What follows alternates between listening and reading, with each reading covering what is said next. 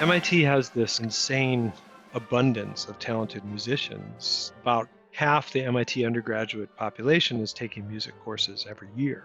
And there are these crazily impressive people. When the shutdown started looming in that kind of final week in March, we really started to realize just how important the immediacy of being together was and what it meant to us to be making music in the same place at the same time. So we got them all microphones and we shipped them off all over to everybody in the orchestra. And we had actually performed a piece of Brian Eno's music called Discrete Music in the fall, which is basically an improvisation where everybody chooses their own tempo and their own patterns. And supposedly it was just to teach them how to get the right levels and how to learn how to position their mic and stuff like that. But really it was to kind of make a piece out of this, like a collage. So I got these 45 tracks and I put them all together. And suddenly we had made an orchestra piece together. And I let them know that we were going to have the first Zoom meeting exactly when the first rehearsal would have been. And I just opened up the program and all these faces started popping up, all these kids that I'd been working with all year. And I just got so happy in a way that I hadn't been really since the whole thing began, And they seemed really happy to see each other. They seemed really happy just to connect. And I just realized this is kind of about education and it's kind of about music, but it's also just about connecting.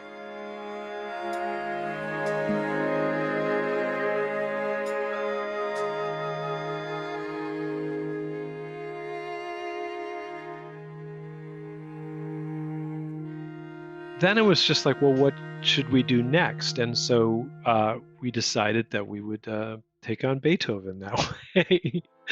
So we all find it hilarious that I walked into this trying to do everything but play Beethoven with this orchestra. Can you all hear that?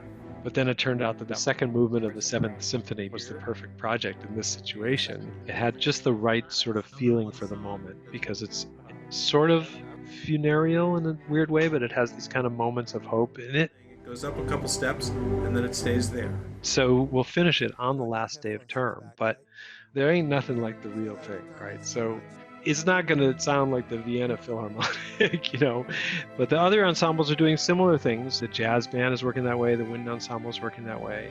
It's been great. And what's exciting to me about coming back together is that we'll have what we've learned from this experience, which is actually quite a lot of information about who we all are as musicians and what our skills are. I mean, I talked to my colleagues about how we kind of know more about our students' individual abilities than we did going in because I'm getting 40 recordings from them a week. I felt a little bit guilty about the fact that it had to, by necessity, turn into a recording techniques class, because that's not what they signed on for. They just wanted to come to an orchestra and play in an orchestra a couple times a week, but it was empowering things for them to know.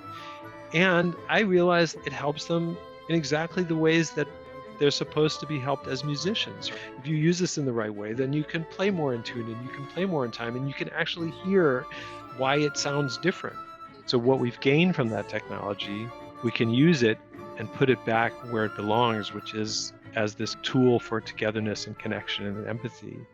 And to be able to do that in a space that's actually designed to make music. It's kind of like when biologists are doing the best they can to do their work at home, but ultimately when they get back in the lab, they have all their equipment and they have everything designed in the right way, they have the right temperature control, the right clean rooms, then they can really do their work. And so for us, we're in this holding pattern and we're making the best of it and we're learning things, but what we're really going to do with that is what happens when we actually get back together in a real music space.